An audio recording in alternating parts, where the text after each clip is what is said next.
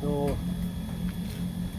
जैसा कि आप लोगों ने देखा दोस्तों, ये हम इस पर टाइम दिन पड़ेगा तो उसी के लिए हम नीचे ये ईंटें बिछा रहे हैं। और बहुत लोग क्या करते हैं, आरसीसी का पीसीसी भी डाल लेते हैं, लेकिन जिनके पास बजट नहीं है, जिनके अफोर्ड नहीं कर पाते हैं, जो लोग नहीं डाल सकते हैं, वो लोग ऐसे अपने ईंटें भी बिछा सकते हैं। ईंटें बिछाने के बाद उस पर जो है टाइलिंग फिलिपिम डाल सकते हैं अपना। तो आप लोगों को वीडियो कैसी लगी कमेंट करके बताएं, लाइक करें, शेयर करें और हाँ, चैनल को जरूर सब्सक्राइब करें। चलिए।